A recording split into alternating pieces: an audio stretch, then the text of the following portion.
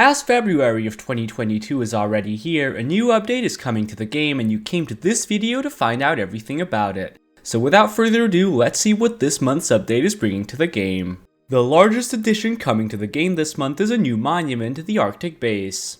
The Arctic Base is a monument exclusive to the snow biome with only one appearing on each map seed.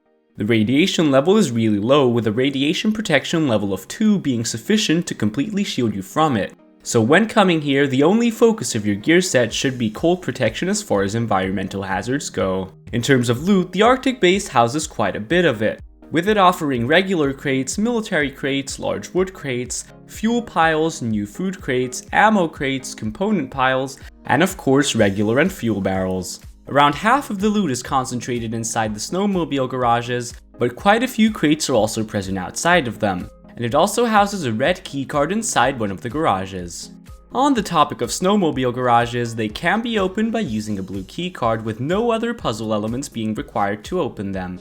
There are 2 of these garages located directly next to each other, and only one of them will house a snowmobile at a time. The Arctic Base also houses hostile NPCs in the form of Arctic scientists, which are similar in loot to their desert military base counterparts. There are a total of 10 scientists present at the monument when it's fully spawned, with each of them having 150 health and a tier 3 gun. In terms of services, the Arctic Base only has a recycler, which is located at the bottom of this radar dome. Unlike the desert military base, however, there only appears to be one layout of Arctic Base.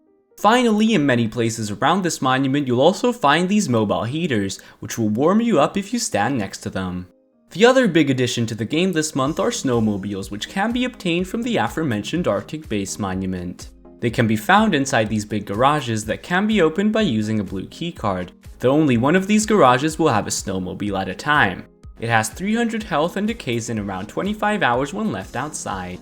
When picking a fresh one up, it will spawn with 20 low grade worth of fuel, which will be enough for around 140 seconds of driving, as the snowmobile consumes around 8.6 fuel per minute or 520 fuel per hour. It can house 2 people at a time, with the speed being slower when 2 riders are present. The snowmobile can travel at high speeds on snow or sand, but any other terrain will significantly slow you down. The max speed of these is similar to that of a one-engine car with high quality parts. Coming in this update as well is the Arctic suit, which is similar to the hazmat suit in all ways, except that it sacrifices a bit of radiation protection for cold protection, bringing both of these values to 33%. The Arctic suit is a skin for the hazmat suit and can be purchased in the in-game general store as part of the Arctic pack, which goes for around $12.50 or 10.95 euros, and includes the Arctic suit, the Tomahawk snowmobile skin, and an ice-covered assault rifle skin. Along with the new monument, the biodiversity of the island is also going up a whopping 15% with this update, with the addition of polar bears. They are a bit stronger compared to regular bears, with them having 420 health instead of the regular 325, and they deal around 20% more damage. To compensate for this, however, the loot you gain from harvesting them has also increased by around 20%. The spray can is also making its way into the game today. It is a default blueprint and can be crafted without any workbench for 100 metal fragments, and can be used to reskin items by right-clicking on deployed objects such as boxes, doors, sleeping bags, furnaces, and more. So no more emptying boxes just to reskin them. A lot of quality of life changes were also added to the game this month, so I'll list them real quick. Tool cupboards now have 4 slots for the 4 tools in the game. The tech tree now shows you how much scrap you have and how much scrap you need to get to a specific item, and you can also unlock items by holding left click for 1 second. A new UI menu was added, which can be accessed from the chat box and can be used to mute players.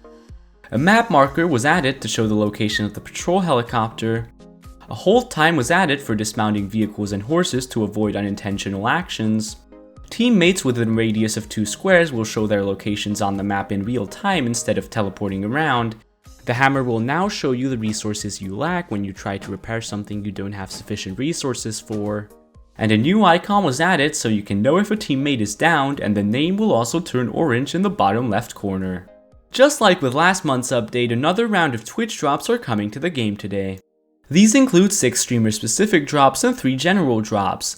The 6 streamer specific drops can be obtained by watching each streamer for 3 hours. These drops are the Captain Maiko LR300, the Lucifer Jacket, the Warrior Rust MP5, the Mark Plays MP5, the Gingerbeardy Garage Door, and the Pampots LR300. And the 3 general drops can be obtained by watching any Rust stream on Twitch for a total of 3, 6, and 9 hours respectively. These skins are the Mimeo Boonie Hat, the Swen Locker, and the Yellow Place Thompson. So that's it from me. I've been Meemish, and you're now up to speed about the latest news in Rust. If you feel like this video helped you, consider subscribing, joining the Discord server, or maybe even contributing financially to help the channel. Special thanks to Bothered Nickel, Raven the Messenger, and Raz Van Volk for supporting me, and have a great wipe everyone.